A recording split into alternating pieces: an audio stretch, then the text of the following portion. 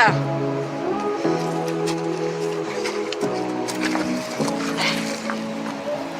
what you wanna say to me now.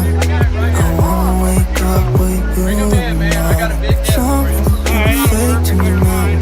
I wanna wake up with you in the morning. Say what you wanna say to me now. I wanna wake up with you in the morning. Something fake to me now. I wanna wake up with you in the morning. Turn this room, turn it to emotion. I thought he said he's got 2 hooks. I'm like, how is that possible? Eyes closed, eyes closed. Like we dreaming, even remembering now. Yeah! Oh! Look at that beauty!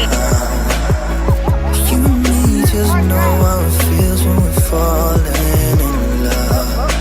Say what you wanna say to me now. I wanna wake up with you in the morning. Something fake to me now.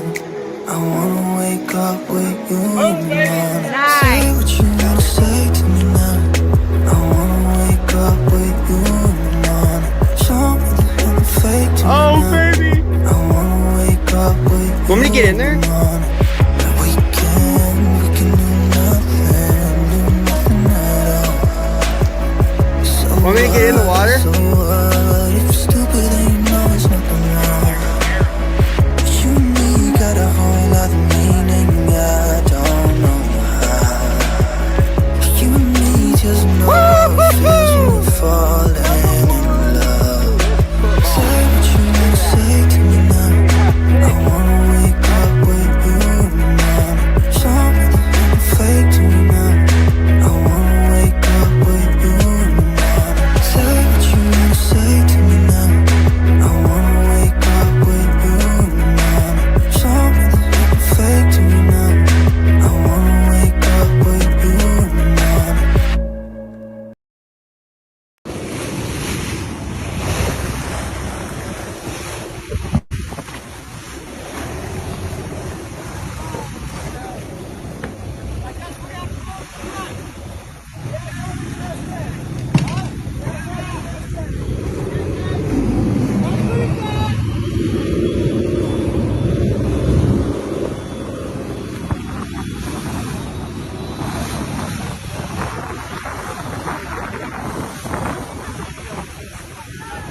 Yeah.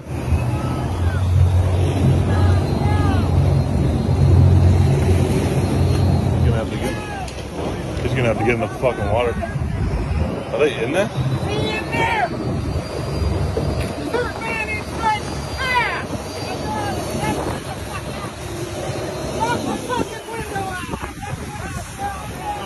Yeah, there's somebody inside.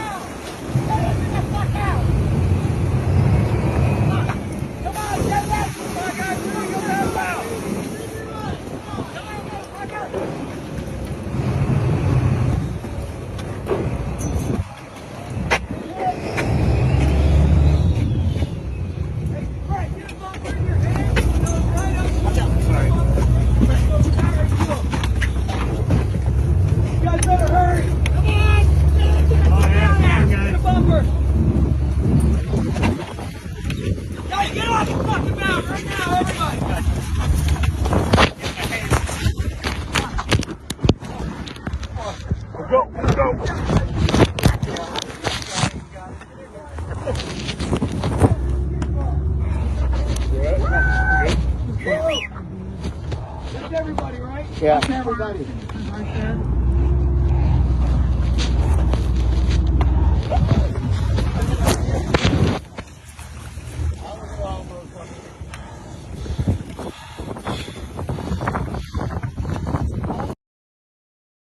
Here at the river. Jason chilling over here. Looking for some spring Chinook. It's really, really hot.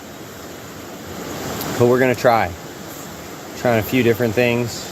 Dudes are throwing across each other and crossing lines. Brian. Oh, we're not crossing lines. I've seen that line cross. I've seen that line cross. Oh, and he just missed a fish. Oh, shit. What do you know? Well, we'll come back when we got some fish. We're definitely going to catch some fish today, so we'll be back.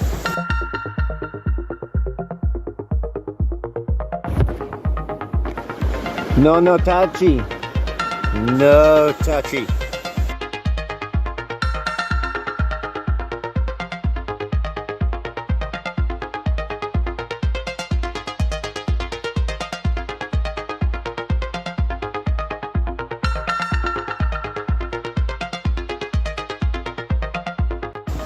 Look at the size of that fungus. I think you're sick, tree.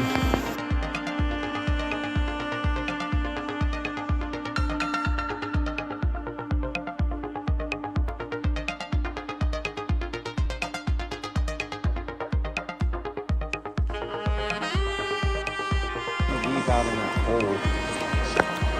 That's a good, almost perfectly. What is that, an 8-foot rod? 8'6", so I'm 8'6" to the bobber plus the leader length. That ought to close down there too.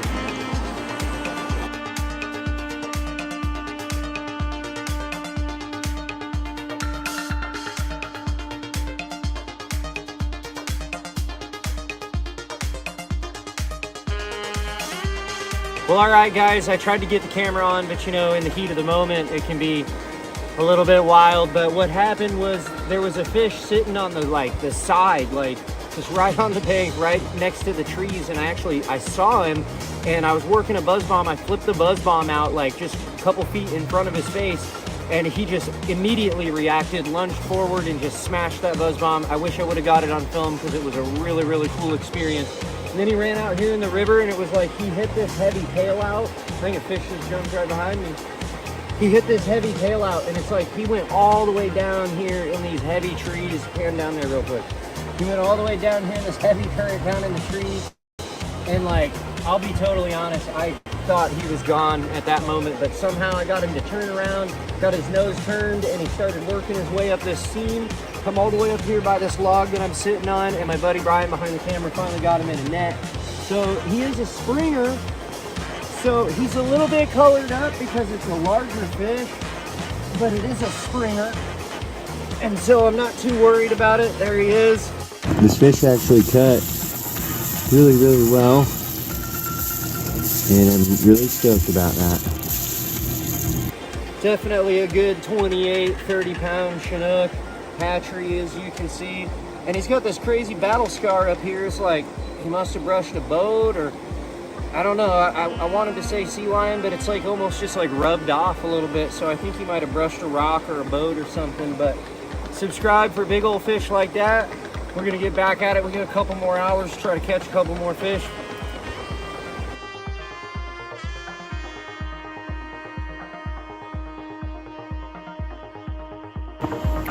Well, Brian, we're at a new spot, and you still are sucking it up, or what?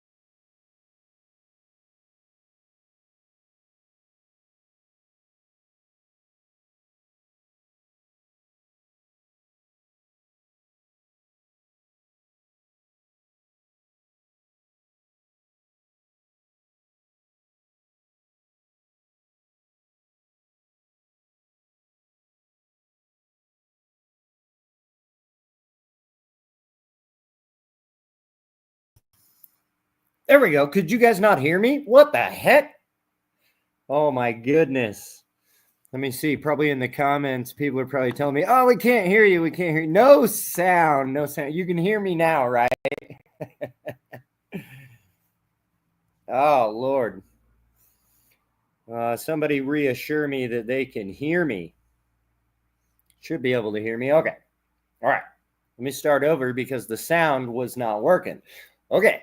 So I'm so excited about Spring Chinook, you guys, that I decided we're going to do another live stream. Only this time we'll talk a little bit about like what's going on out there, and that's fine. And I did equip myself with some pictures to talk about some things. But today we're going to discuss more so what we got going on for setups and different types of setups to get on these springers. I've got two cameras. I got this one going on to you, and I got this guy beep, beep, right here that's going to focus on all of our ability to tie, which I think is pretty cool. And then I should have a special guest. Kurt from Godsent Fishing should be joining us. Let me see if he is in here yet. There he is. Hold on. Let me add him to the stage. Oh, there's Kurt. What's going on, Kurt? Hey, guys. All right, so there's Kurt here. For now, let's get rid of the old setup cam because I don't think that we necessarily need it at the moment. We can make us both a little bit bigger. So down in the comments, come on, guys, who's excited for Spring Chinook season? Let's go. Let me know. I want to see it. I see we got a couple comments going on up in here. Robert, which I believe is who said they were joining all the way from Garibaldi, which is totally awesome. I love to fish around the Tillamook Bay. They should be anytime, man. Should be anytime. So as you can see, Kurt over there is sitting inside the Godsent lab. Look at that, you guys. That Kurt is the manufacturer. He makes all of the awesome, juicy stuff like this beautiful bad boy right here. Come on now. Look at that. And, there's always the opportunity to obviously use real eggs, guys. But I will tell you, this Kurt stuff is going to be a total game changer because I go through bait really fast, and this is going to maximize me not going through bait so quick. I didn't just spray that with WD-40. I didn't do it. What do we got? Jason says, nope, I hate fishing for springers. I can never catch one. Ha, ha, ha, ha. Here we go. I'm going to throw this up. Look at this. Look. Oh. Robert said, I sure am. That was from me asking about if he's over there in Garibaldi. That's awesome. Yeah, Jason's so funny. We got Tyler from Little Captain's Kokanee is joining us right there. Look at that. Boom. So next week, guys, I got to plug this really quick. Next week, we're going to be in the studio. I'm going to have Tyler in-house, and we're going to talk about Kokanee because Kokanee is getting fired up in the state as well. But today, we're talking about Spring Chinook. Okay, I'm getting ahead of myself. So, all right. So, let's talk setups. And I think the first thing that we're going to talk is, and let me get this going on here too. Let me add this. Boom, the old setup cam. Okay. Let me see here. I'm going to take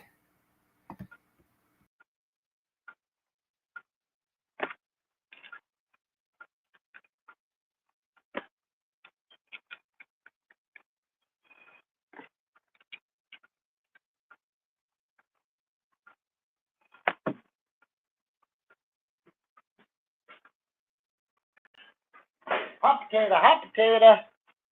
Woo.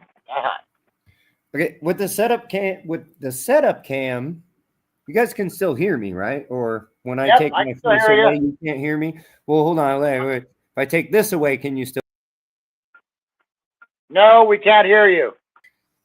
Okay, we're going to leave my face up then, and we're going to have the setup cam going on because apparently it shuts off my microphone, which gives me an option to keep my microphone on, but I told it to stay on, and it didn't want to listen. So, okay, going over here to the setup cam. I'm going to scoot over here a little bit. Boom, we can even move that camera. Okay, so the first and foremost, for sure, guys, the most tried and true that everyone seems to do is the old triangle flasher, right? So this is going to be setup number one. We're going to talk about trolling behind the boat as these springers are coming in and how we get out there and we do that. You may already know how to do this, but either way, thanks for joining. You can maybe we have a little bit different ways that we do it. That would be cool to discuss. We probably have some beginners in here as well that maybe don't know. So bear with us. We're going to do this. So we got the triangle flasher, and so I like to use bumpers with triangle flasher. So we're going to go like setup cam here. We got the triangle flasher. Okay, so the first thing that I like to do is I like to run. Let me unclip this real fast here. I like to run a bumper. This is a like 150 pound. And the idea behind this, guys, the reason why we're running this bumper, it might seem really silly, is so, and the bumper just clips on right there on the front of the triangle flasher. But the reason why I like to use this, guys, is because this flasher is expensive and a lot of the other gear attached to it is expensive. So really, I want my leader to be my smallest diameter anything, so that when I get in trouble, like if I snag a log or a rock or, you know, whatever, hopefully just the plug breaks off and I don't lose all of this, right? Okay, so but we got the bumper coming out, boom, right out to the flasher. Now, here's where things get different, because you could do one of two things. If you have downriggers on your boat, you could just attach this to your line. You could clip it on the downrigger, and we're already rocking. But a lot of times people are running these long lines. So when we're running them long line, we can buy this extra little guy here from Short Bus. Here we go. Let me show this on the old setup cam. Here we go. It's like a just like its own little triangular piece, and it is like a weight dropper. So you can see on here, I have some monofilament tied onto this and a big old triangle weight. And on the bottom of that, there is the old clip swivel. So I could change that weight depending on what kind of tides are going on. But anyways, so this guy's kind of just a stabilizer for keeping your weight down and keeping stuff from tangling up. So all we got to do is just take the old bumper here. Whoop, back this way. We take the old bumper here that's on front of the triangle flasher. We clip it on one side of this bumper. Okay, and now we tie our line onto the end here that has the clip with the barrel swivel. So now this is on the front of the system. It's got yourself a nice little weight. You got the bumper then coming out. I'm trying to watch what I'm doing here. We got the bumper coming out and then to the old triangle flasher. And then on the back of the triangle flasher, we have yet another clip with another barrel swivel. And then at that point, I know it's a complicated rig, guys. I know. From that point, that's when we finally choose whether we want our, you know, spin fish or we want our cut plug. And a lot of these come pre-tied up. I got one right here that comes with the old leader already on it. But as you can see, we would just, if it didn't have one, we're, you know, this one right here, we've got the old treble hook with the 3-point barrel swivel, right? But you could also do, I think I've got one. Here we go. Here's another one right here. This one has a stinger on it. See, so we've got the old the treble, and then we've got the old secondary treble, the stinger. And then there's situations where like you're trolling in like the ocean, or the regulations call for a single point, and you could obviously tie this leader with just single points. And you're just going to run the old line. You can see there's a hole for it. Comes on through to the back right there, runs through the old harness. There's the first one, runs through a secondary harness right there, comes out the back. Make sure to put your rubber band through it. But that's just the idea of that. And then finally, this gets tied onto the back of the old triangle flasher, and that is the whole trolling setup. Now, I know it's hardcore and it's complicated. What do you think, Kurt? It's a pretty complicated setup sometimes, right? Let me tell you something. There's length in there.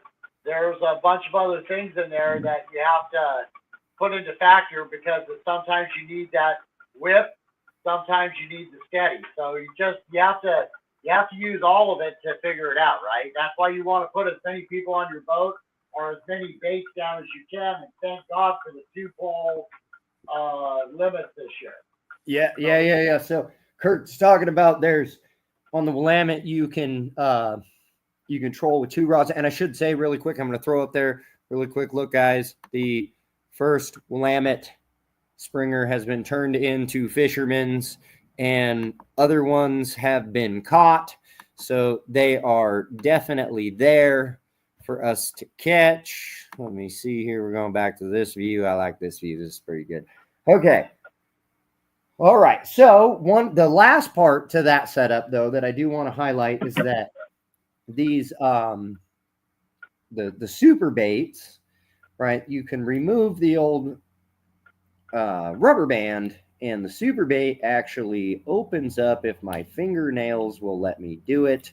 There we go. Boom. Look at this. Okay. And there is a little squishy pad inside there. So you could add like just, old gel scent or, any kind of whatever scent. But we often, at least on my boat, we usually pack these with tuna, sardine, herring, things like that.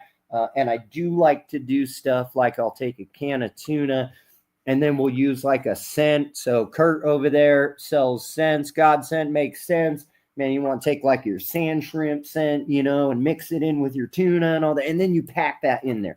And then your spin fish, this is a spin bait right here. And then this guy right here is a spin fish. Well, there's a couple of them here because different companies make these. They're essentially the same thing, right? But anyways, these guys open up as well. Boom. And you can stuff those with the old tuna or anything, really. I mean, you could stuff salmon eggs in there if you want to.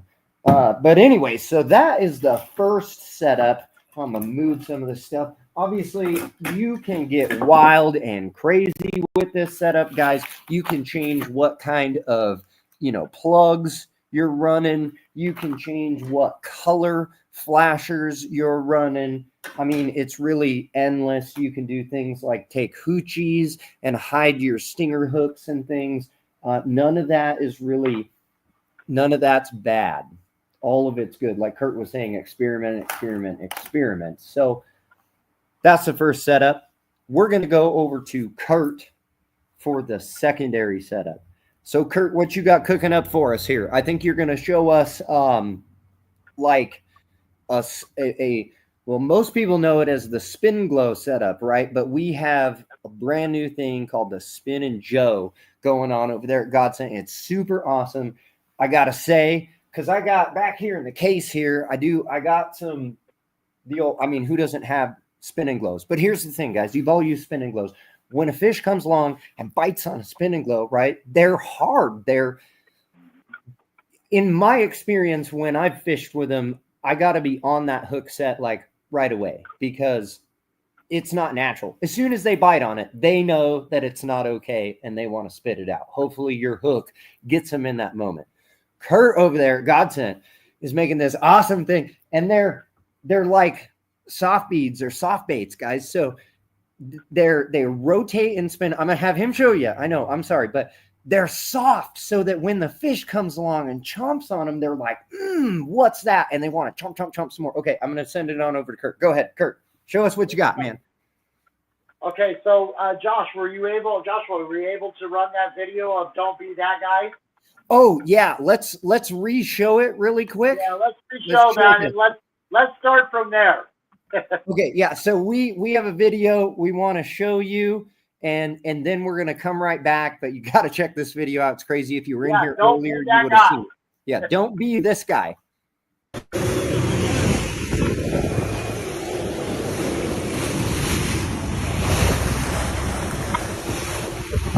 And I apologize. I watched this earlier. I apologize for the cursing, guys. It's okay. We're adults.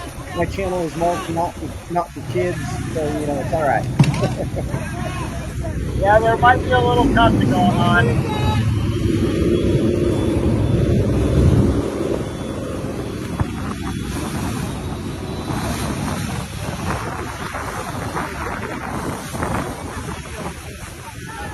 Yeah.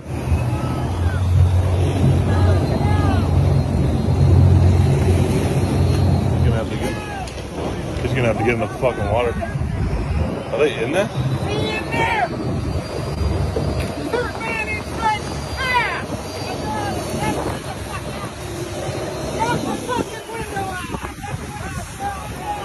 Yeah, there's somebody inside.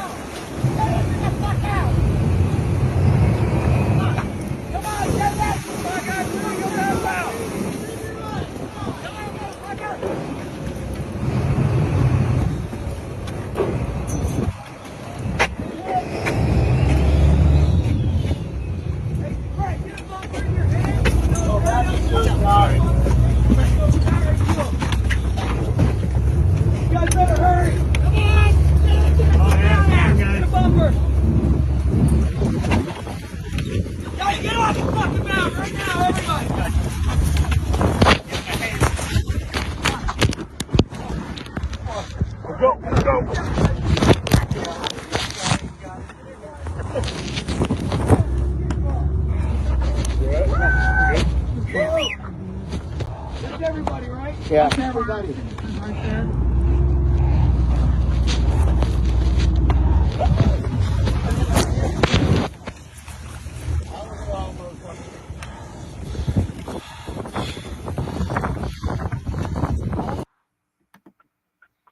Okay, that was crazy. Tell us what's happening. That was crazy. I didn't even get wet, by the way.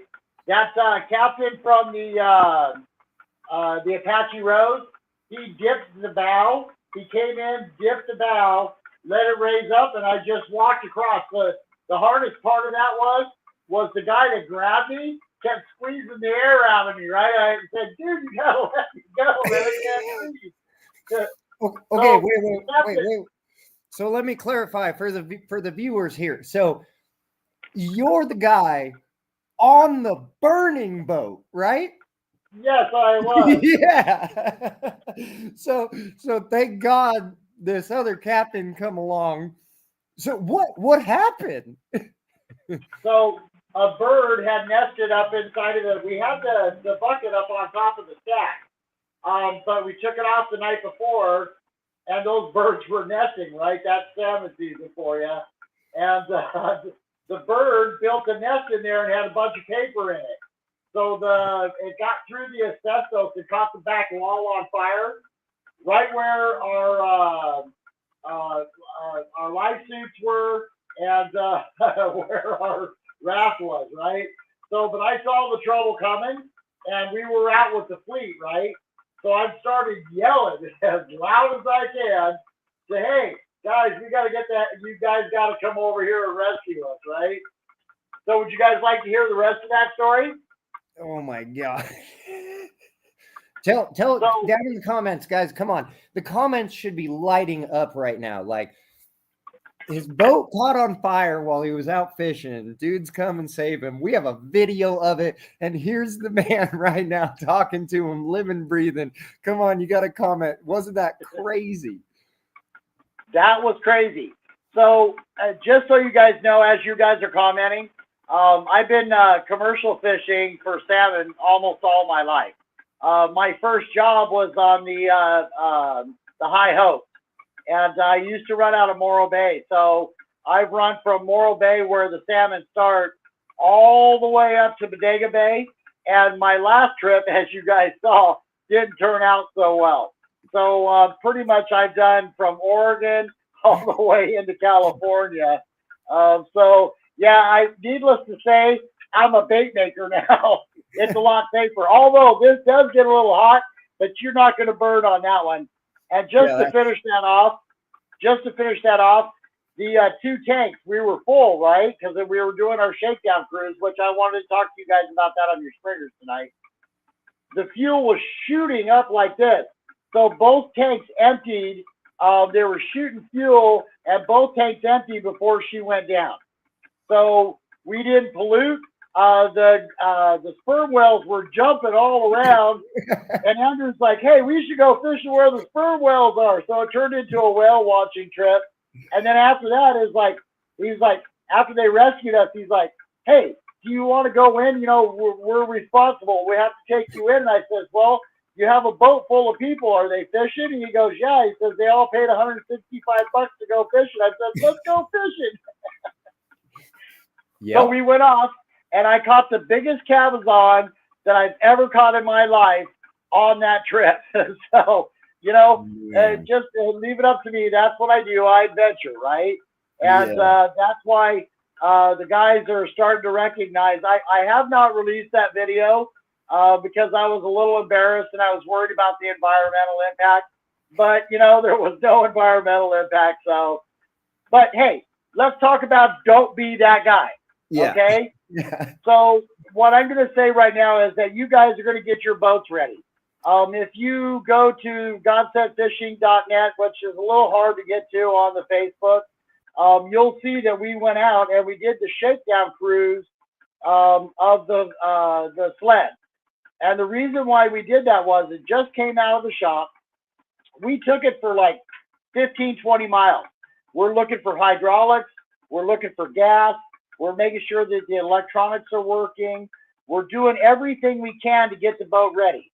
We're checking for electrolysis on the boat. We were taking an ohm meter and ohm metering everything so that we could find out that, we were at that 0.05% as we were running hot, right?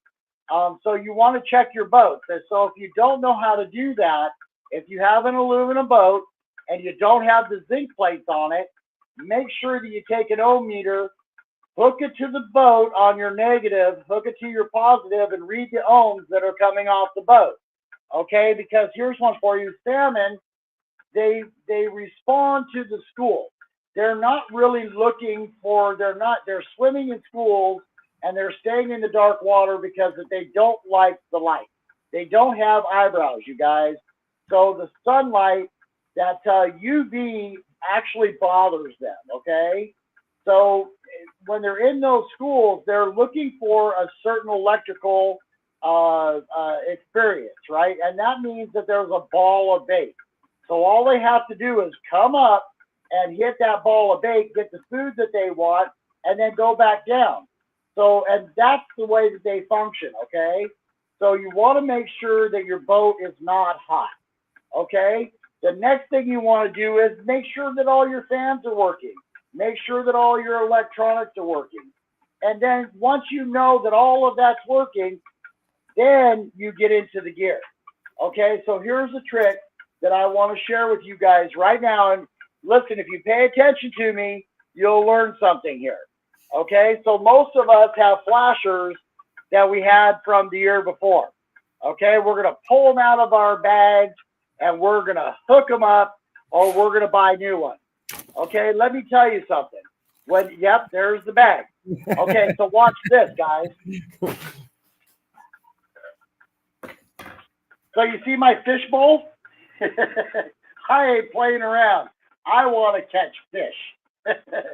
So what this is in is that this is in a solution of lemon joy and water very lightly. And what I want to do is I want to take these and I want to clean these in the lemon joy. Okay, because that they're going to have the stink from last year.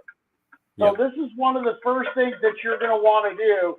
And guys, for the springers, I'm going to tell you right now, do not be afraid to use these with the E-chips in them, okay? These smaller flashers. So I'm going to go through and I'm going to clean up all of my flashers first, okay? And I'm going to clean them with the lemon joy. Not only are they going to clean up and shine better, but it's going to take all of that stink off from last year, as well as when the manufacturer, I am a manufacturer, makes something, they just bag that sucker up. They don't care if it smells. That's on you to get the smell off, okay? Right. So if you're trolling along and you're not getting bit, well, gee, I wonder if that has anything to do with it, right? Because right now the springers are scarce. We want every chance that we can get to catch a fish. So hang on. Yeah, and I even bring some lemon joy in a squirt bottle and a little scrubber. And sometimes I'll even, like, after a little while of handling it myself and fondling it, I'll give it a new spritz right out there on the river. I never use WD-40 in fish oil. Ever, ever, ever. This is illegal. Don't do it. So just so that, you guys know, when you have your swivels and all the rest of that, listen, it doesn't hurt to soak them and some Dawn soap. I mean, you want to go through your whole rig, right? And then I'm going to say, like the bumper that he was showing you. Can you show me a bumper again? Here, let me, yeah. Okay, so the metal clasp that he has right there at the end, do you guys see that? That's just a metal clasp. Here's another little secret that I've learned. Sharpie pins are your friend. Okay, this is a known thing in the salmon world that Sharpie pins, the smell of the Sharpie pins, sometimes they're on it, sometimes they're not. But taking and painting that metal after you've cleaned it and putting the red on there or black. I usually do half red, half black with a Sharpie on my metal. So then you want to make sure that if the fish are being shot, you're going through the fish and they are not biting. Blacken your line. Take that bumper and take that Sharpie and go right down that line and blacken it. Because sometimes they're just that kind of skittish, right? So this is another trick that you guys can use to stealth your presentation. Okay, so I'll just keep rolling because that way I can get this out so everybody has a chance. Okay, so then you have to realize that that line is going through the water, okay? And it's spinning.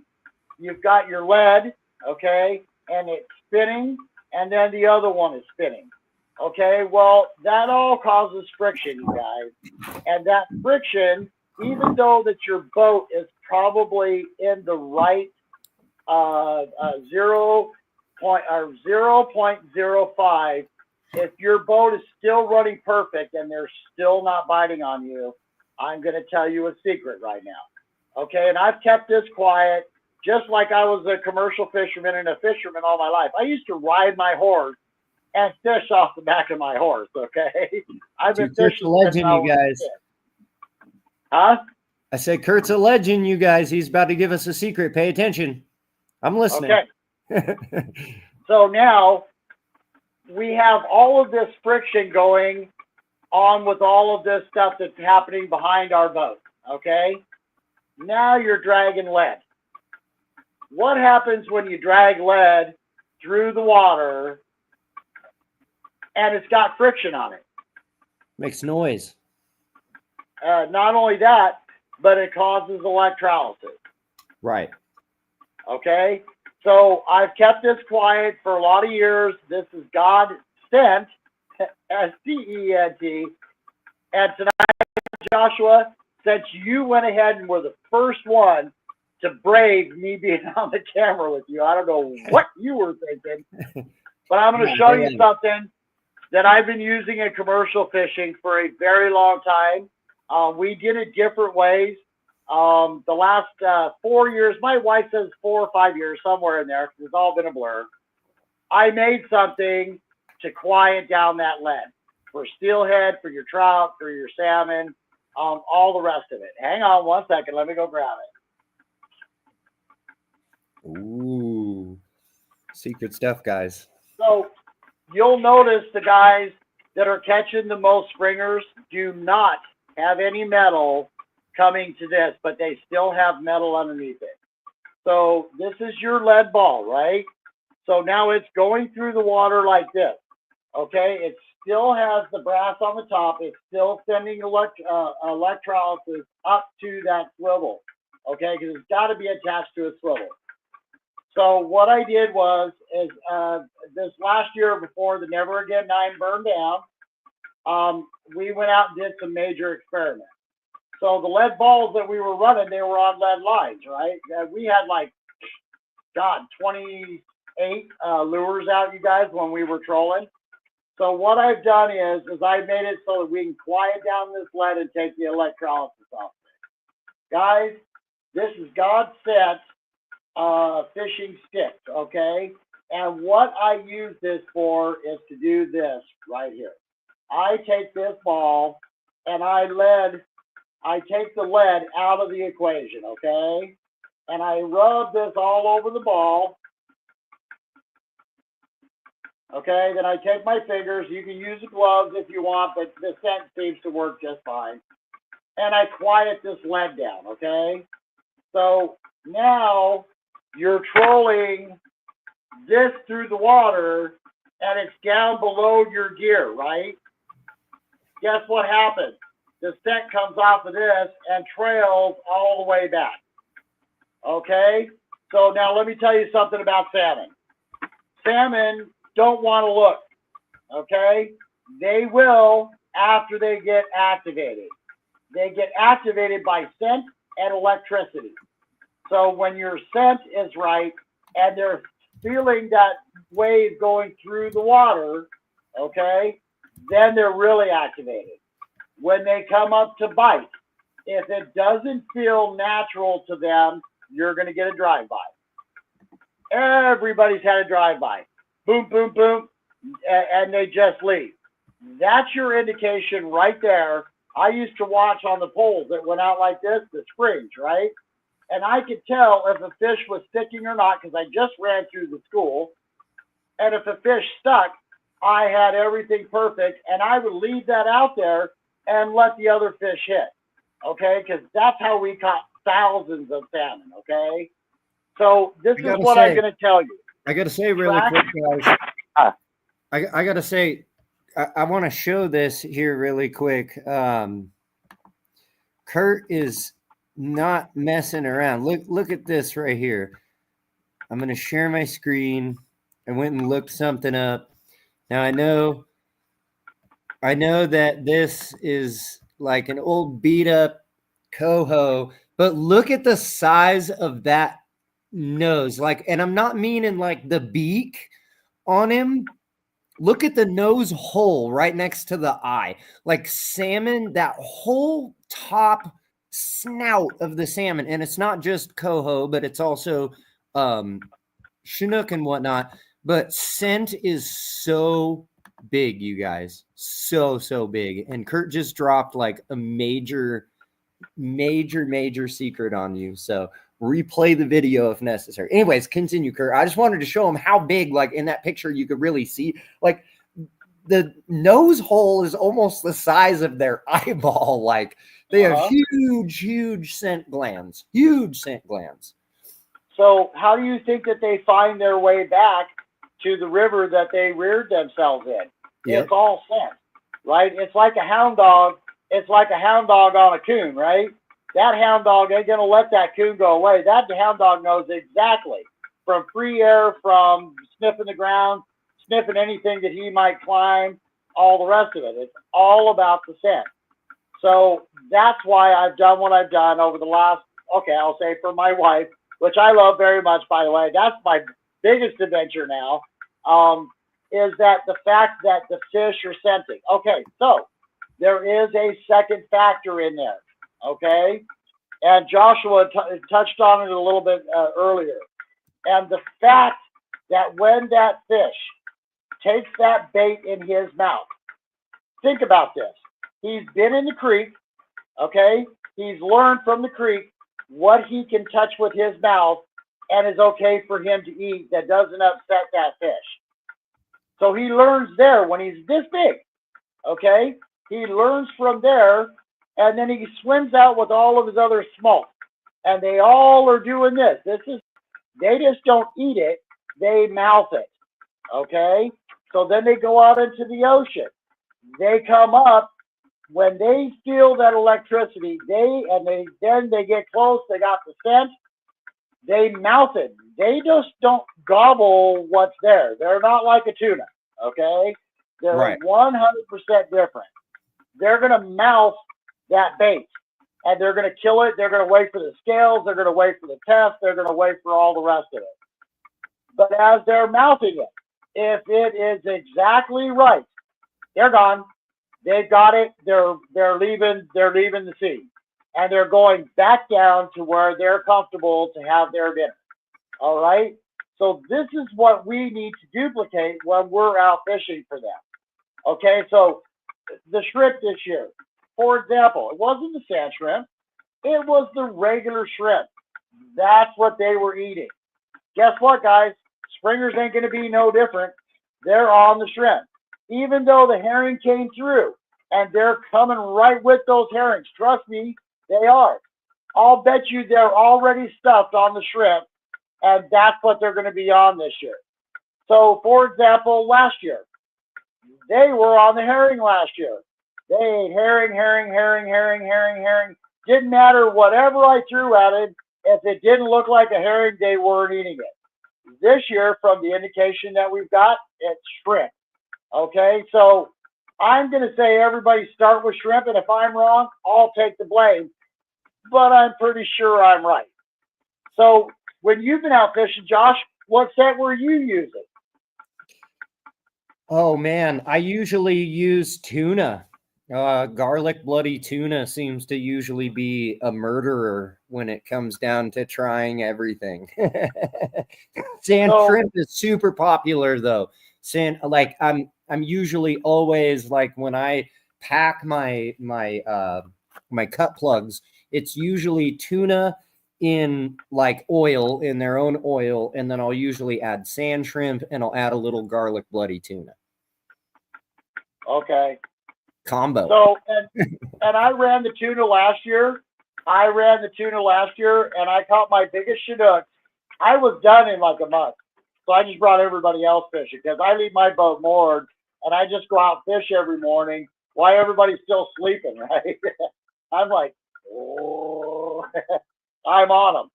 So I've got a feeling, guys, that the ones that are probably catching right now are probably catching them on shrimp, because I think that was their main diet. The water, first off, we're in El Nino, which is a current change that comes from Africa that heats up our water.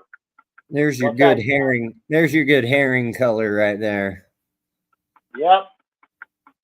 So that has been the issue. So as a bait maker, and don't call me a masturbator either, okay? Just because I make a lot of good baits, and I'm a master of what I do. Right, it's right over this way. I use the term legend is what I use.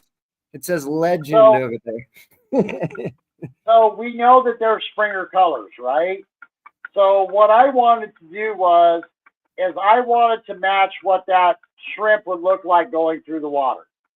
So I made these up here, right, that have the legs on them, okay? But then if you open them up, there's a tube down the center, okay? And that tube goes all the way down. So we can stuff our tuna in there. We can stuff our gel scents in there, the shrimps, the sardines, whatever scents that we have, right? And I'm not even being particular about ours, right? We can put those scents in there, and then our job is to get it to wiggle, okay?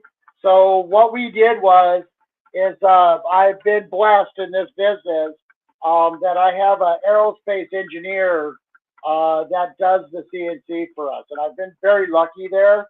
I hope it's lucky for all of us. He made the soft spinning gel, okay? And this thing is so soft that when they hit it, their teeth are going to stick in it, okay? Yeah, right? That's the small guys. I know. These are for the steelhead guys, so rest assured that Kurt makes baits for all the fish that you want to go chase. But I'm excited to see these big ones. So yeah, this is what it's going to look like going through the water. So we have the chartreuse, we have the blue, which is what we cure our herring in. Okay, and then I heard somebody say to me that they cured their herring in a black cure too. So I need to do a black on one side and then the chartreuse on the other. So the colors are not an issue, right? Yeah, and I've got that plug. I love that plug. That's a collector's item, by the way. If you want to get rid of that, I'll take it. This is a collector's item too. We're going to get into this later, but oh yeah.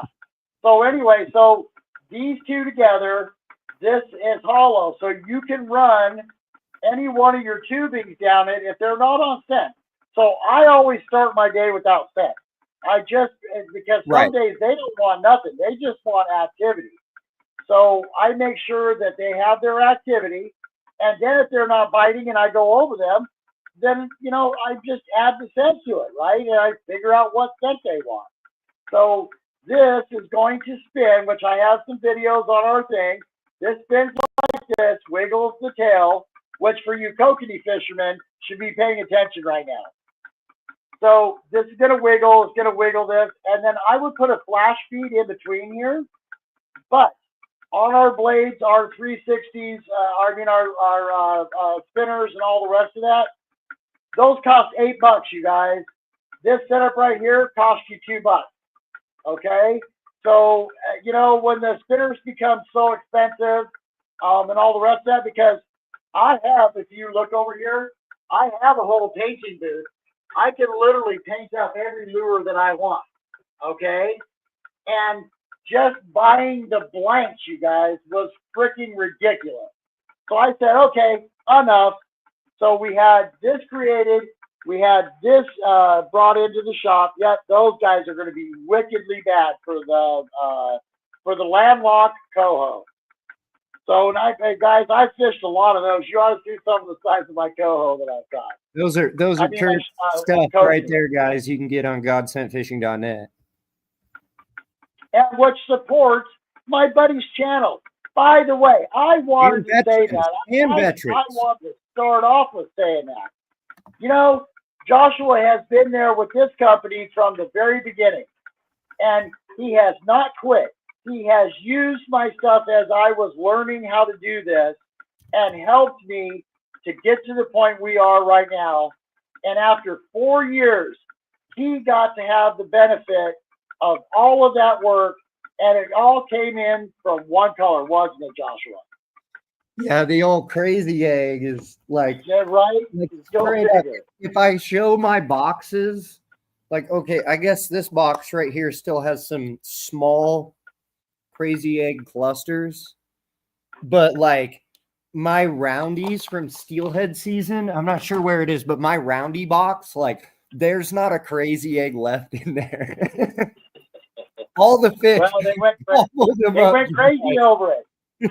They did. They went, and you know what? I was out fishing with other people, and I had, more of them. I kept telling everybody, dude, put on a crazy egg, put on a crazy, and I was just pounding fish, and they weren't. They were all throwing BNR stuff, and I mean, they weren't listening to me. They should have put on a crazy egg. Everything was eating the crazy egg. Well, we have the pictures to prove that. I think we rounded the corner. I think that we make something that is less expensive and works for everybody. So let's, okay, so are we done with the trolling stuff now? Can we get into the river stuff? Yeah, really quick, I'm going to pull up, you probably have some right there on your shelf, but in... Oh, what? You mean that wall, those walls that are full of eggs? What do you want to see? I was going to show off the... Oh, wait, that's the wrong one. I was going to show off the crazy egg. Oh, here we go. Here it is right here. Look. Remove that one. Here we go. That's the one, guys. That one. That's a killer right there. That is an absolute killer. So, but yeah, go into like a plunking style. Show them how we want to use the spinning joes and how we want to set them up. Okay, I'm real excited about this. I put the video out with the hot pink one, but I'm going up to the Columbia, and we're going to go meet up with the Columbia River Plunkers in Rainier, and everybody will get the invite to come and join us for that day. I'm really excited about this. So I have the small spinning joe, which is the one for the steelhead. And for the fish when they're being really picky. So if you want to drift fish or if you want to troll, however, they do many things. Okay, so let me go back to where I was. Okay, so I'm real excited about this because that many men, I've been blessed with great fishermen in my life, and many men said, Kurt, that spinning joe's going to work. You just need to make it bigger. So we went to not the biggest size spinning glow that they make, but we went to the size that was just down below it. So what I do is I just simply run this just like a spinning Joe, which is going to have your line come through here. It's going to come out here. I like a corky on these, you guys. I'm telling you why. Because if this is spinning like this and it's following the current, so where that fish is swimming through that current, we're now introducing a bait to him or her that has their second favorite thing in the world, a corky. Okay? So I put this on with a corky with my number 4 hook. If you put the corky on it, you can run your coon shrimp, you can run your shrimp, you can run your egg, you can run a worm. The worms this year, just a straight bubble gum with these guys in front of it, just killed this steelhead. I was done early again. So it's a regular plunking setup. Joshua, do you have the stuff there to tie one? And it's soft, so when they bite it, their teeth get stuck in this, you guys, because by the time that we're plunking for them, their teeth are getting harder and longer. This will stick them. Okay, so Josh, go ahead. I got to use the restroom real quick.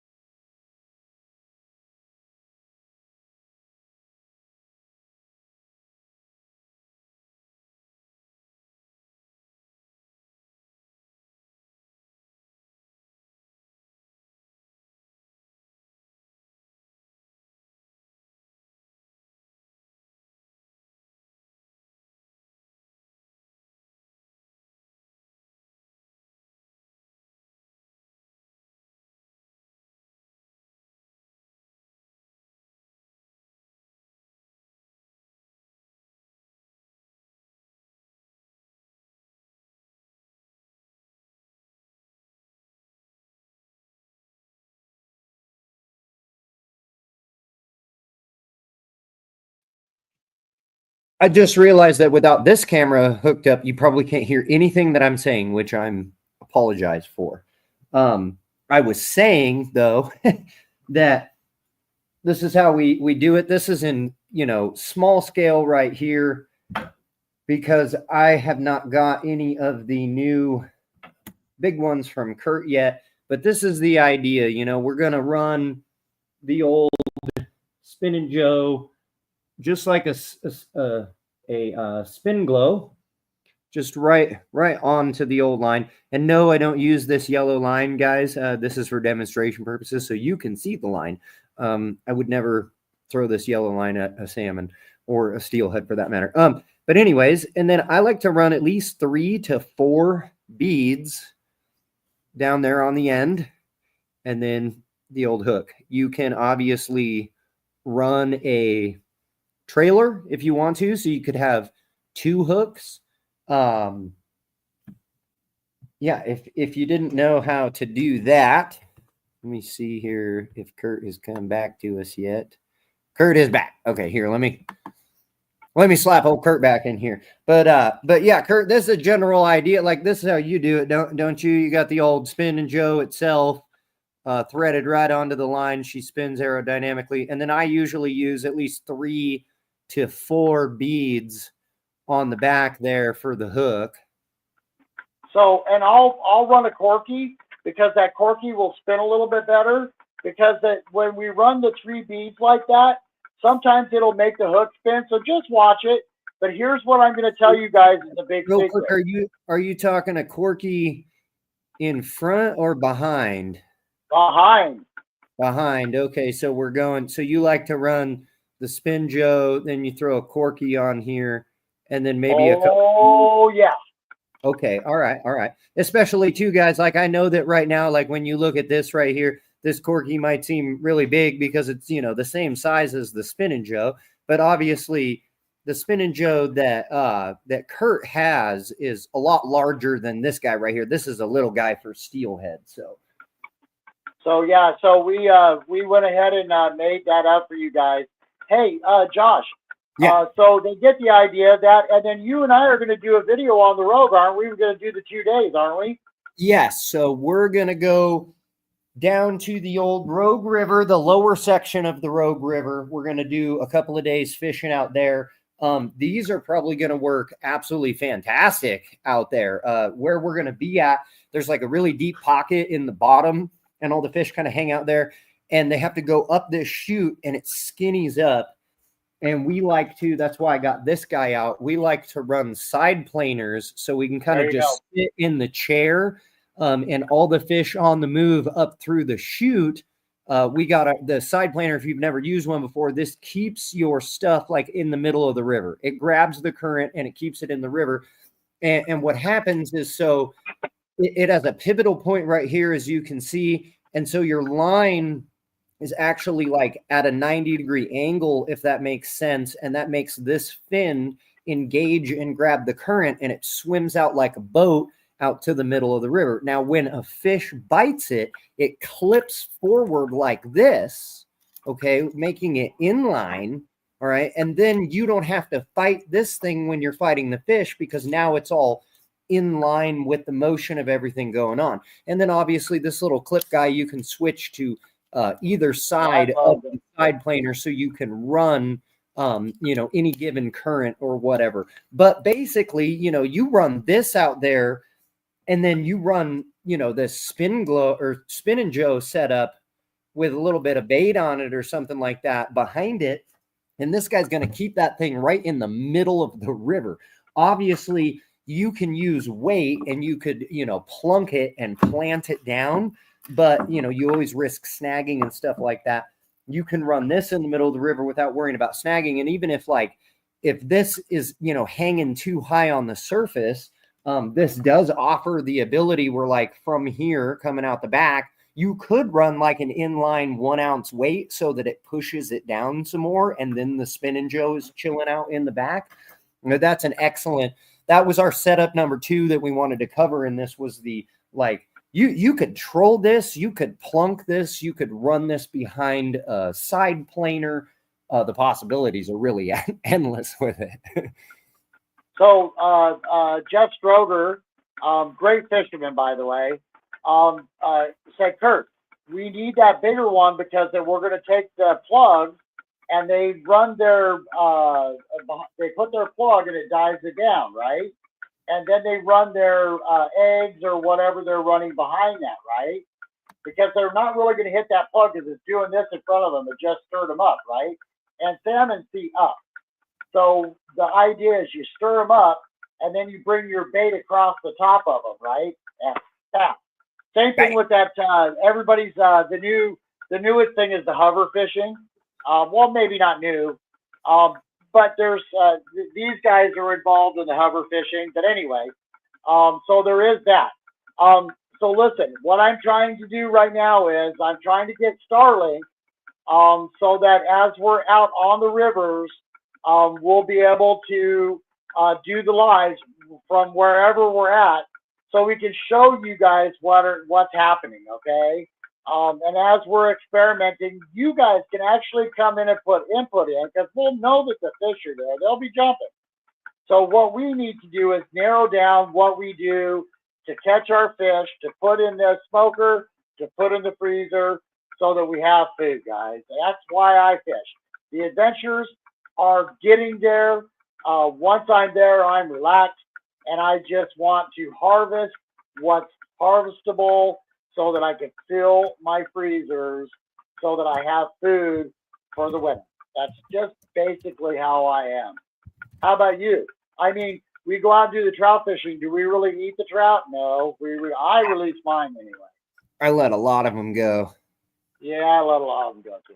Now, when you're ice fishing, that's different. Their meat's totally different, right? So, well, I mean, it depends. Like, I have this one lake right now that's South Twin Lake. It's that thing is just absolutely riddled with copods. So I don't want anything out of there. I'm trying to here. Let me see.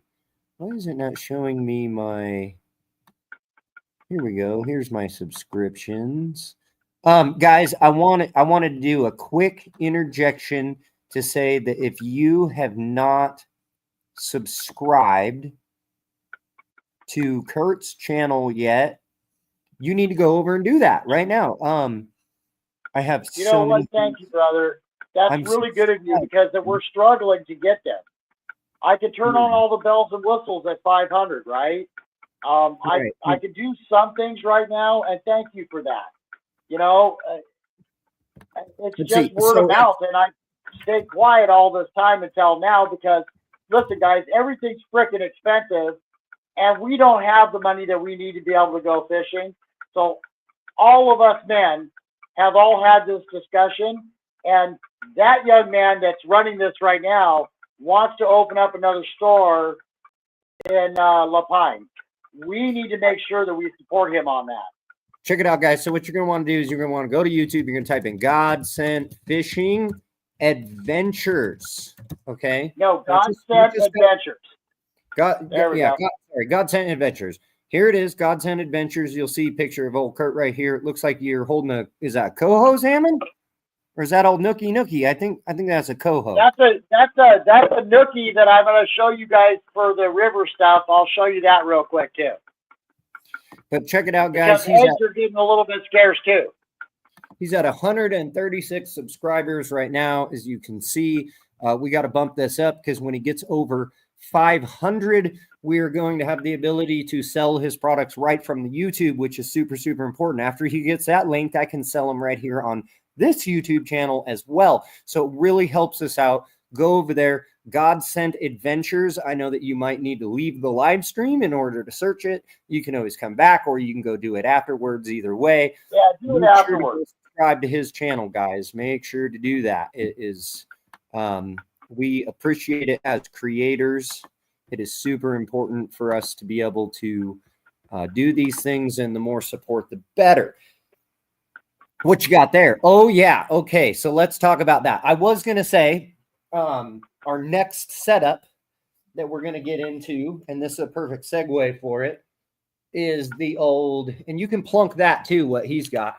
But another thing that people do for the old springers is the bobber setup. You want to talk about that first as a plunk? So you show them that plunking setup. I'll go finish smoking my cigarette. Okay. All right, let's do that. So setup number 2, guys. Let me enlarge myself here. And we can actually, let's go ahead and pull up the old setup cam. There we go. We'll be able to see a little bit better. The double camera setup definitely helps, I feel like. I mean, I've been using this camera right here a bunch too to show you guys, but there's, you know, this camera as well. I don't know. I guess this camera is kind of more clear when I can bring it into view for you. But anyways, okay, so this is a very, very small light setup. This isn't exactly what you're going to use for salmon, but this is the next setup for springers that we wanted to talk about, and that's just simply running stuff underneath of a bobber. And there's a lot of different options that you can do when you know, as far as what you run underneath the bobber. The setup is pretty simple. The first thing that you're going to do is you're going to put the old bobber stopper onto the old main line. And I got here, you can buy numerous different types, guys. They make these rubber dudes right here that you can clip on there. They also do the old braided line version of bobber stop. Either one's going to work. It doesn't matter. Either one. And simple application, you know, let me see here. Oh, that's right. I have a setup tied to the end of this line. Let me cut it off real quick. Okay. Oh, I dropped it. Okay. So you got the old line, right? And the bobber stop. You just pick one of these, you know what I'm saying? Like we'll go this little red guy right here, you know, and you just go through that little looper. Ooh, I don't know if you can really see too well. You go through this little looper, right? So the line is going through it. If you can see that, let's see. Let me organize. There we go, right there.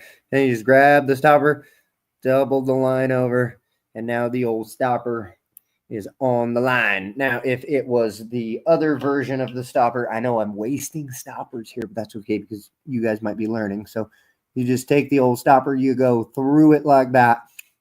See that there? And then make sure to slide the black guy off of the line, the little black tube that's on there. You got to slide the knot up.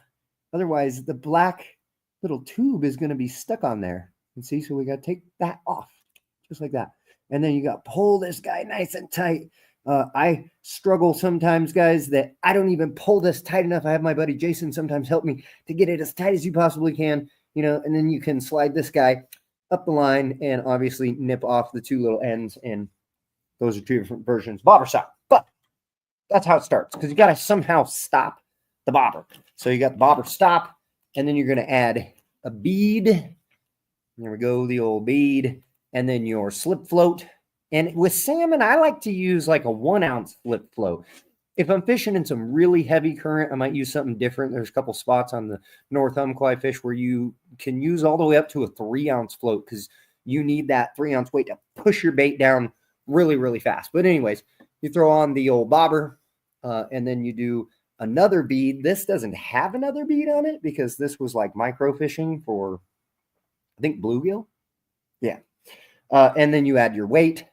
You do your swivel down to your leader and your hook, which is going to finally contain your bait. Now, that is where we come to the next part of it. There's lots of different things that you can do, guys. You could use salmon eggs. I got some juicy salmon eggs right here that are waiting for your old Springer season. Look at that. Oh, yes, sir. Yes, sir. You could also throw beads on the bottom of it. Obviously, you could throw your cluster beads and stuff, which is where, boom, I bet you Kurt is back. Look at this. Here he is. We're going to throw him right back up on stage. Look at that. Let me get rid of the old setup cam so we got Kurt a little more visible. So, Joshua, as you set that up, I wanted to talk about, okay, so we all throw eggs at them, right? So they see eggs, they see eggs, they see eggs, they see eggs. So they eventually get tired of it. So we let the hole rest. We walk away, we give it 10 minutes, we go back, we throw the eggs at them again, and they still don't bite. Okay? Right. It's because of color and UV. So can I take a second to show some UV stuff? Yeah, please do. Here, I'm going to make you front and center. Okay, so I hope that you guys can see this. So this is what it looks like to you. It just pretty much looks pink, right? Well, the fish don't see this the same as we do. We see this as a pink. Now, I'm going to show you the way that the fish see. Okay, so let me do this so you guys can see this. This is just a simple UV blue light. And let me tell you something. When I do my rock hunting, I bring this flashlight with me because you can find some really cool stuff. So that I set this on here so you guys can see the blue, I hope. Now, you guys see this as pink, right? Watch what happens when I drop it in the water. It turns blue and a darker pink. Okay, so this is actually glowing and the fish actually gets to see this. That's cool. Okay, so this is what that fish sees going through the water. Can you see it okay, Joshua? Yeah, put your hand over the top of the tube, and I bet you'll be able to see it. Oh, yeah. And then bring it up closer to the camera for him. Okay. Oh, yeah. This is what the fish sees, okay? So if we start throwing some different colors at them, as we know with the steelhead, same fish, just different salmonoids. If we throw different colors at them, they bite. So I have just these two right here, okay? So we designed this and we designed this. There's a reason why we designed them the way that we did. This, if you run it this way with the ball at the end, okay? And this one has a little bit of white in it, so it looks like it's milking. It's going to wiggle as it goes through the water, okay? You add this to it. I got some hot rodder outside. You add this to it. This literally takes the water. It's got a lip on it. As you can see, it's got a lip on it, and it literally shoves this bait down to the bottom. So now we're not adding that split shot up here. We're not doing all the rest of it, and we're getting this motion through the water. Hang on, guys. Kurt's got somebody going crazy outside, I guess. Yeah, like super crazy. Like he just robbed a bank, kind of crazy. So well, hopefully you didn't do that. Yeah, I know, that was really insane. So I do many different setups with these, and Joshua, this is a whole other story, right? But just so you guys know, if you look at the salmon that I caught it on this one right here.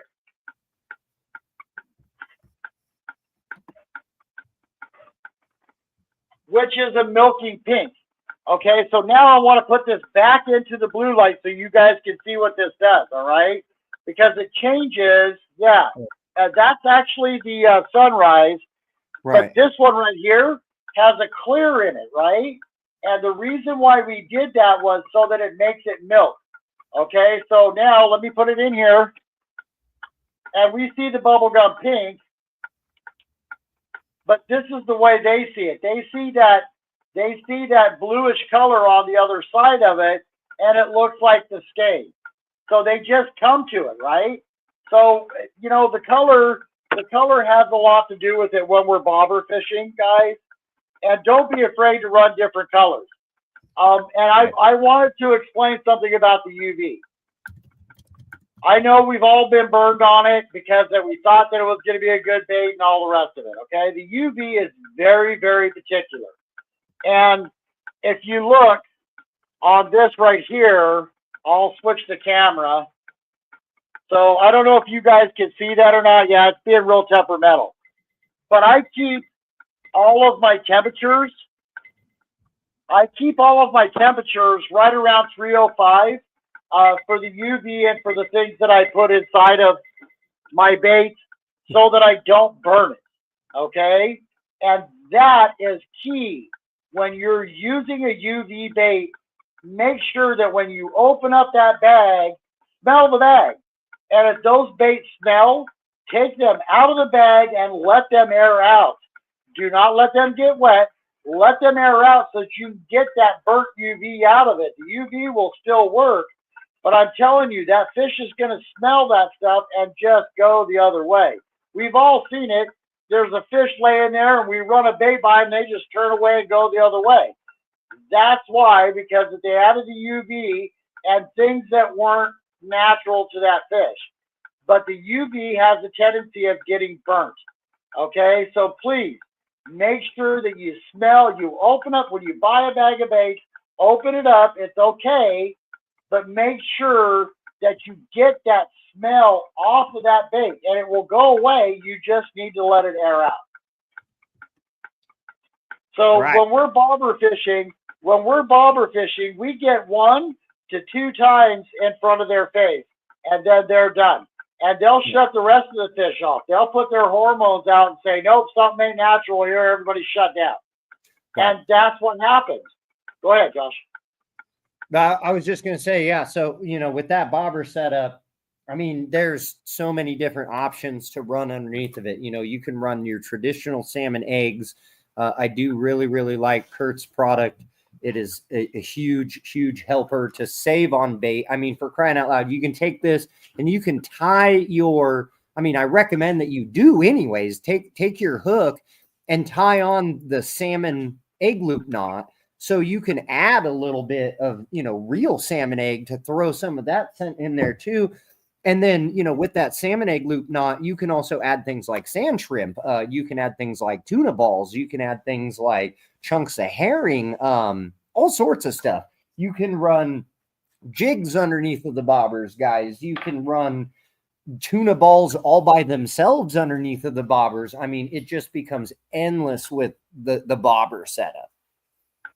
You know, and I've got the stuff here to teach them how to make the sack with the 2 colors, 3 colors. Maybe we should do that video as well, so that they have the chance, so that they know how to tie a tuna sack. They know how to tie a herring sack. They know how to tie a shrimp sack. That's probably another video that we need to do for sure. Yeah, for sure. I guess unless there's anything else that you want to throw in there, I was thinking we'll probably go on to the next type of setup. Which the spinner.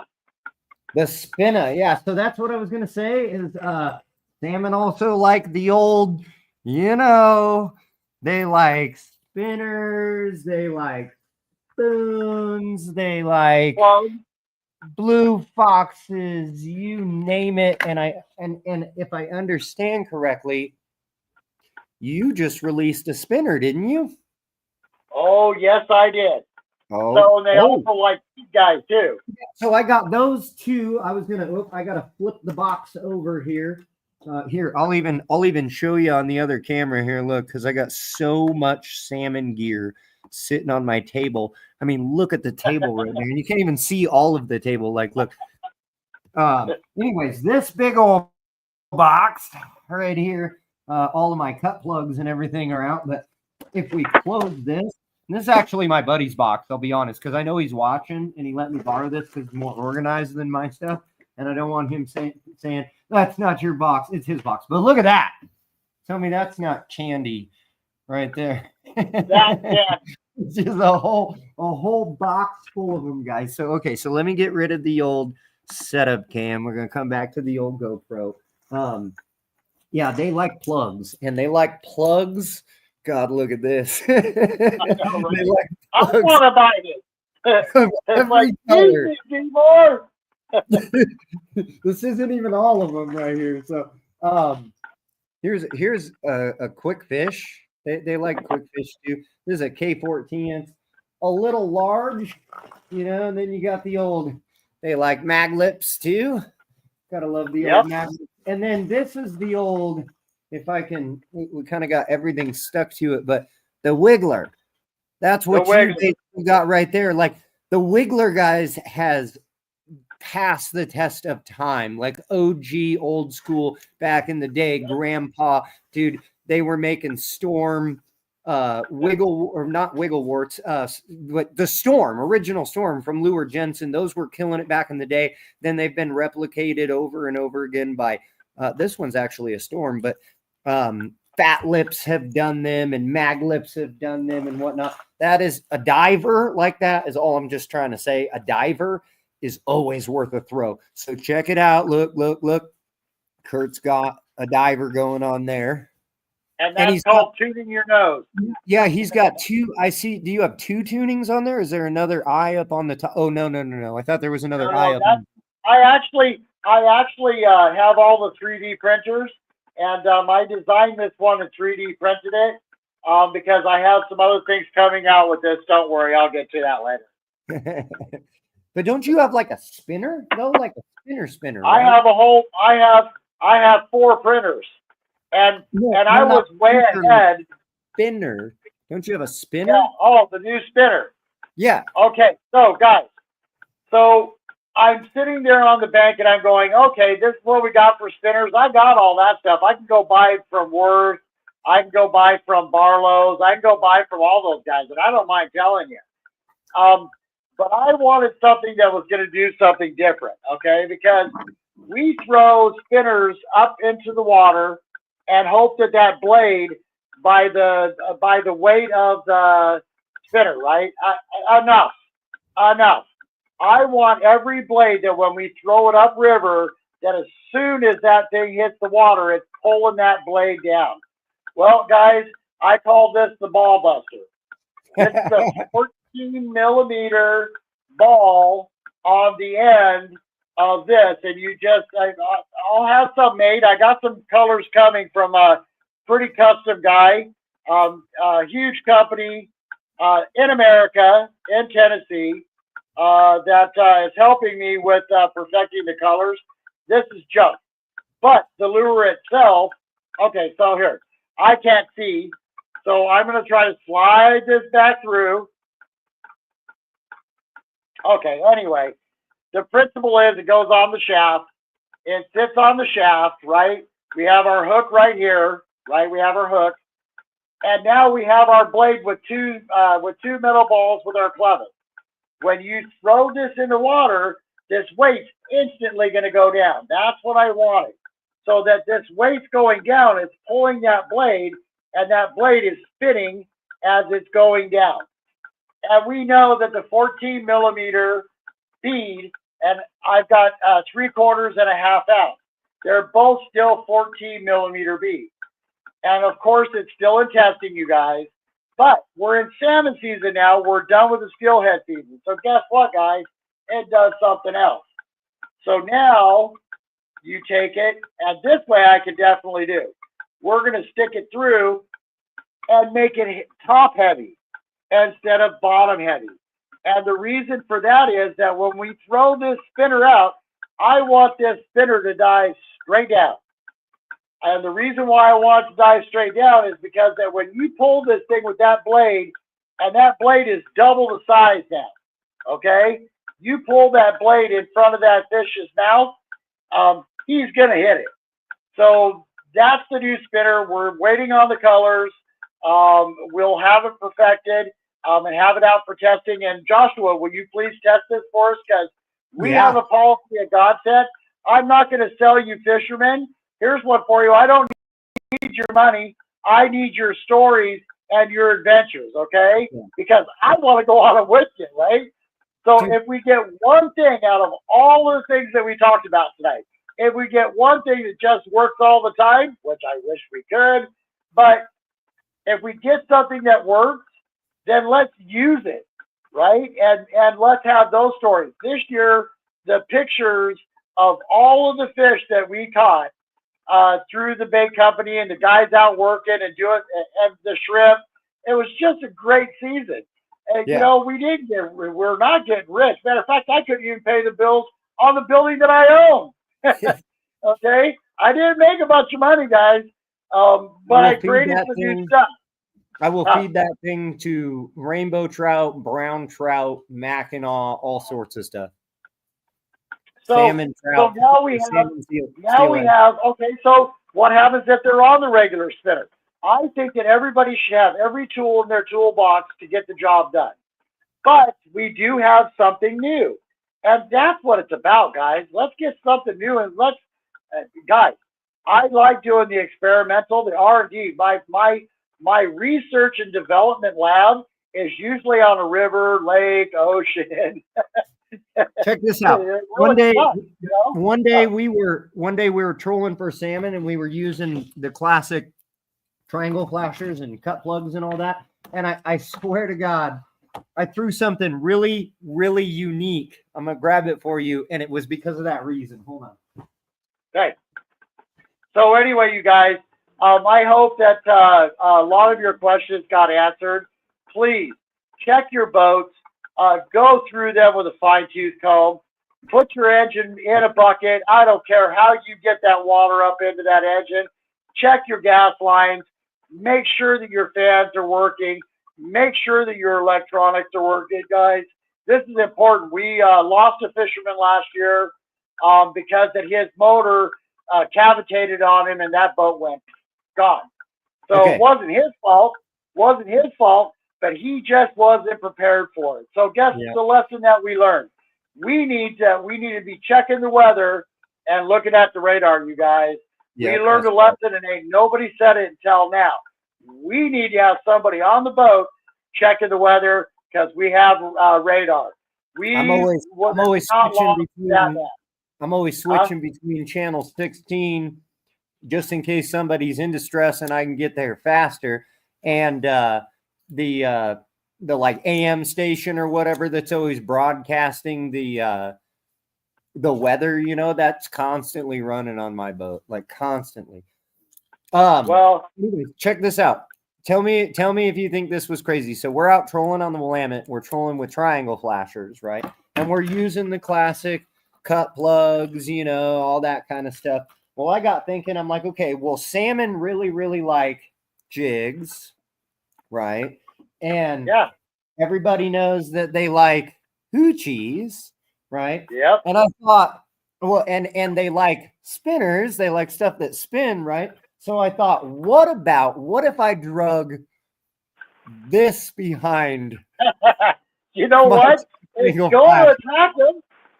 And the thing was okay, so it has a spinner, right? We know that they like spinners. This little skirt guy ain't no different really than like a jig or a hoochie, right? And I thought to myself, I was like, I'll bet you they've probably never seen a bass spinner bait. So that was that same. I was just tacking on to what you were saying, is that sometimes just showing them something new is well worth it, you know. You I know, didn't end up here's one catching for you. fish on it though. So here's one for you.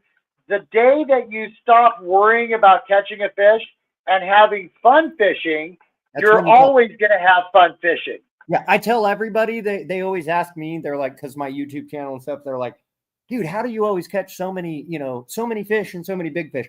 And the first thing I say is, one, you see the good days. Okay. First of all, because of editing, it's beautiful. You get to see the good days. But secondly, though, you have to envelop yourself. You have to be out there. I'll be sitting in the chair. I'll be looking at the mountains. I'll be watching the bald eagles and the ducks and everything, and it's like when I've noticed that when I get enveloped into that environment and I'm really not paying attention anymore, that's when I look over and my rod is halfway into the freaking lake. You know what I mean? So it really does work. It really does, to just kind of stop worrying about the fishing. And sometimes I get that opportunity too as a filmmaker, because a lot of times when I'm out there, I'm more focused on being a filmmaker and fishing comes second. And so sometimes that helps, that I'm not just like the puppy dog, like just staring at the rod, But I will say though, that people that do that, man, I mean, paint doesn't dry while you watch it, water doesn't boil, and a fishing rod doesn't get hit. And before I forget, you were talking earlier, clear back on setup number 1, we were talking about how they'll mouth it. And we talked about it in setup number 2 with the like spin joe and all that. When you're trolling, guys, it's a little bit different on the bobber aspect. You want to react right away. But when you're trolling with these, you're trolling with the spin joes, when you're running these plugs and things like that, primarily from the boat is what I'm trying to get at. Like Kurt said earlier, they're going to mouth it. And I can't tell you how many other fishermen I've seen out on the water where the salmon hits it and they're on the rod immediately. And then the fish is gone. You want to let that fish mouth it, chew on it, chomp on it, count to 10. If he's gonna be stuck, like, because when you're on the boat's doing the work, right? That's why I say the bobber setup's different, because when the bobber goes down, you need to react and you need to set the hook. Right. But the boat is already pulling the plug, it's already pulling the flasher, it's already pulling the spin joe, or whatever. And let the fish get hooked before you start yarding on him, man. I say the 10-second rule. As soon as the rod starts bouncing, count to 10. Hang on, somebody's Down and trying count to to 10. call me. Okay. Kurt's going to take a phone call here really quick. Do you need to take the phone call?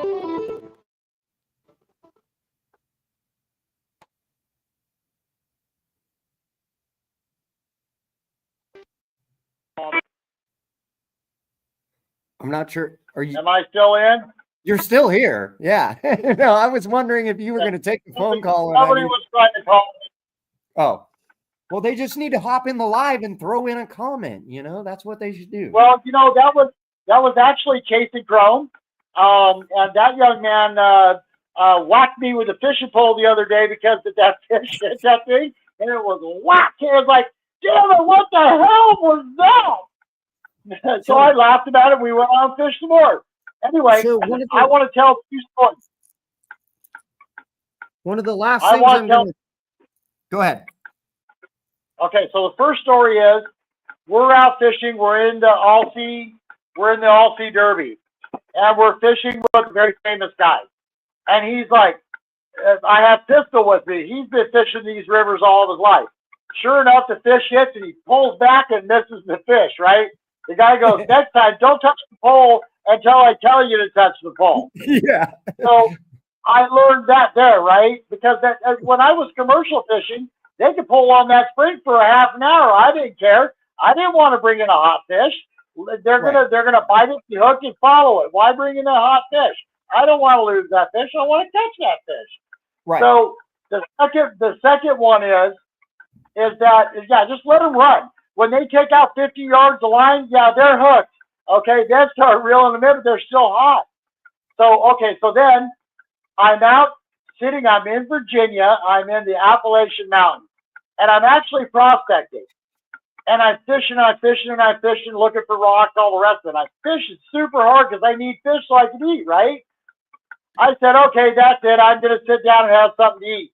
So I had that piece of corn sitting in the water, on top of the water, and here comes this monster round and grabs that piece of corn off the top of the water, scared the bejesus out of me, and I got my fish.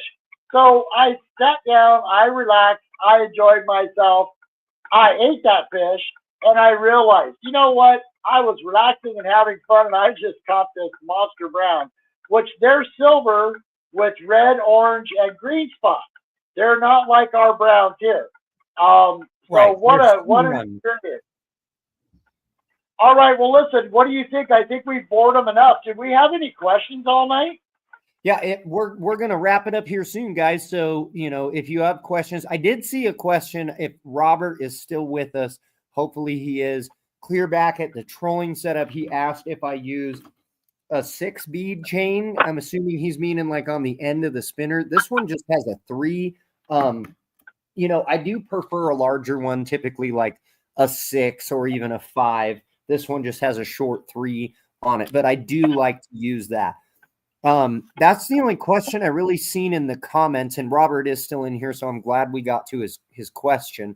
Back to the plugs though, because I do want to touch a few more things on the plugs.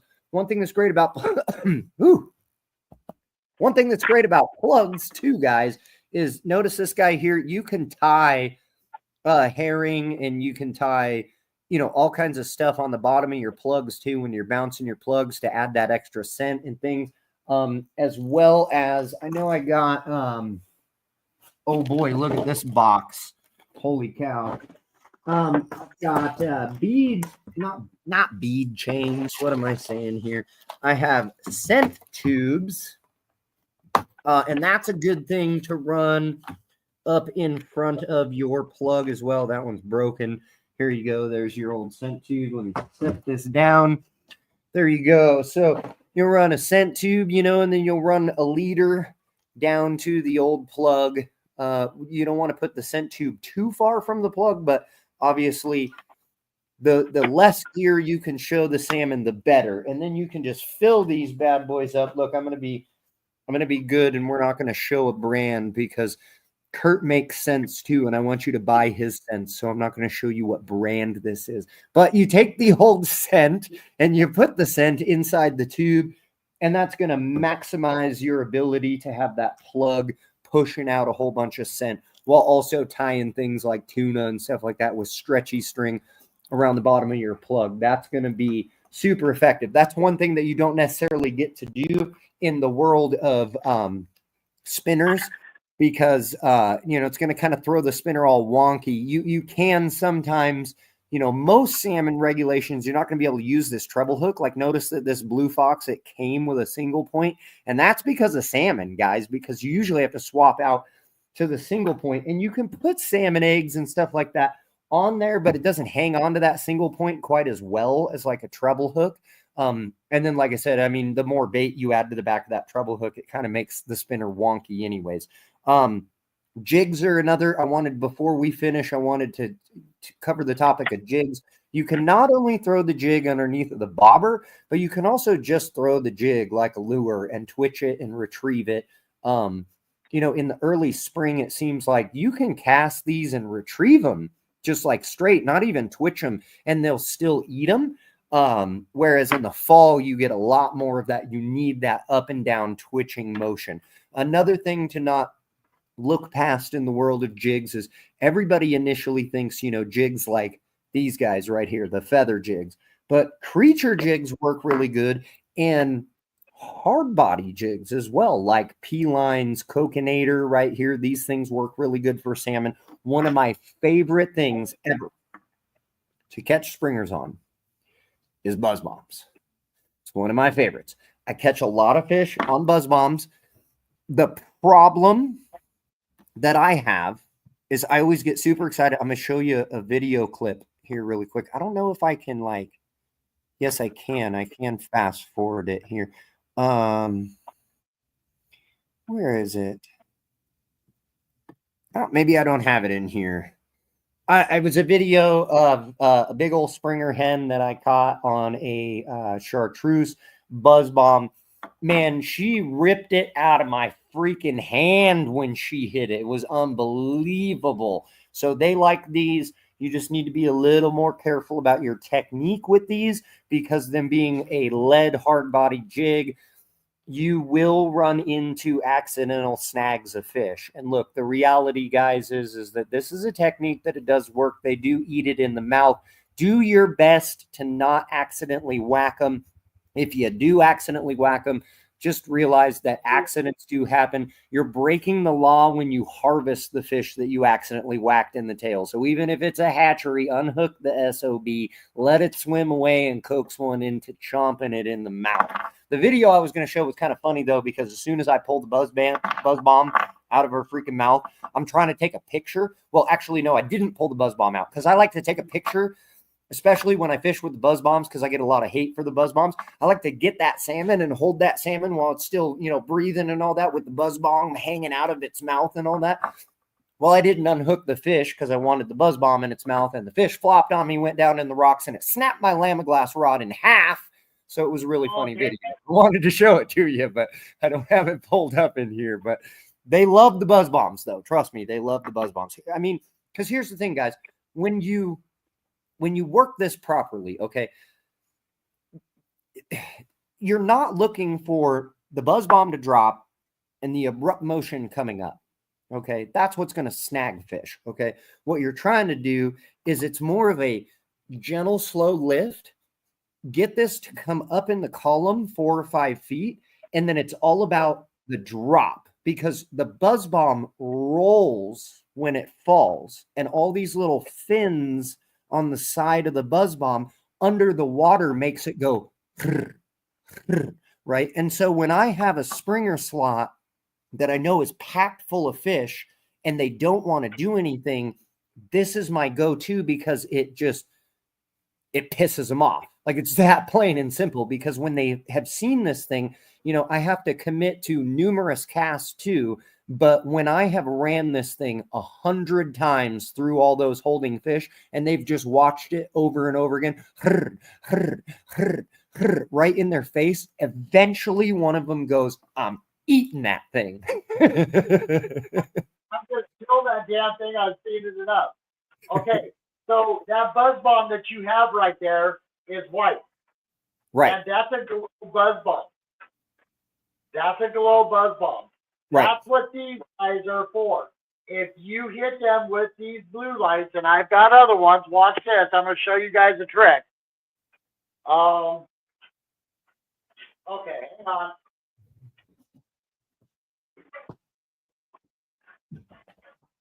So when I'm out doing the salmon, okay, and I want something to glow, I've got a small one. And let me tell you something. These things charge that glow super quick. Now, if I can show you guys, this glows too, but if I can show you guys that quick, that buzz bomb that he just had right there, literally this quick, okay? And then that buzz bomb is charged with these blue lights. Get on to an American-made company, but I know TVU has them cheap. Get on there and get one of the blue lights, you guys, and charge those baits, because let me tell you something. Sun doesn't do it the same. You can actually go through and charge like this part. You can make circles and dots on it. Charge your bait. This is my killer right here. That murders. So the flutter jig like that, I like that better than the big old jerkin jigs that they have now. But I like these guys better. I like these guys better because my hooks are up inside and I don't get hooked on the bottom. So I just jerk. I just tell you guys my secret shit. But Well, and another thing with those tube jigs too is just like I was saying with the spinners, like how when you throw a spinner and you can't really add a whole lot of scent to this, like there's no ability to pack it in or anything like you would with like a cut plug or whatever. And so, that's another jig opportunity where instead of, a jig like that, I mean, I guess the feather would probably hold some scent pretty well too, but that tube jig is going to be your best bet because that's going to hold like literally a couple of grams worth of scent in there that's going to disperse over time. So I run my hook. I'm going to go ahead and give up the secret. So my jig is here, but I run a smaller jig head, and I leave my hook just stuck out a hair. And guess what? I get to jig all day long. And I learned that. I'll tell you that story. I'm fishing with Ty White, and he's teaching me how to jig fish. He puts on the only one that he had for the whole tournament because he didn't get a chance to go get one. And my first cast, I lost it. Hit the bottom. And then I figured, okay, I'm jigging, right? Let it hit the bottom and start bringing it back. He goes, no, Kurt, don't let it hit the bottom. Done. So I figured that's how you jig it, right? No, when you're jigging, you don't want it to hit the bottom. You want to keep bouncing it through the water. That's where people are snagging up on their fish. The buzz bomb, as soon as that thing hits the bottom, I've lifted it up, and I'm just slowly moving it to the next spot. Slowly moving it to the next spot. Same thing I do for the lingcod, no different theory. Let it hit the bottom and slowly pick it up and move it to the next spot. Move it to the next spot. Yep. All right, well, listen, my wife is calling me. I'm probably in trouble or I got to go have dinner. All right, we're going to say goodbye to Kurt. I'm going to wrap this up. We'll see you later, Kurt. Thanks for joining us today. Most definitely. Everybody say bye to Kurt. Joshua, thank you for all of the things that you've done for Godsent and all of the veterans that you've helped, young man. No problem. Will forget that. No problem, my friend. Guys, remember to go check out godsentfishing.net. That's where all the products are. Definitely make sure to go check out Godsent Adventures on YouTube. Subscribe to his channel. I'm going to just wrap up here. We went through flasher setups, guys, from triangle, 360, running things like cut plugs and spin baits behind them. I'm reiterating so you could always go back on the live stream if this interests you. We talked about different like Spin and Glow and a new Spin Joe by Godsent Fishing and how to run those. We've talked about jigs from buzz bombs, hard bodies, feather bodies. I even talked about how I threw this thing while we were salmon fishing. We talked about all different types of plug fishing. We talked about bobber fishing, many different setups to be able to catch springers, guys. We talked about different scents. We talked about different kinds of baits. That's what we do on this channel. We cover it all. We make sure that you are informed. So make sure to subscribe, like, and until next time, guys, we're going to see you. Take care.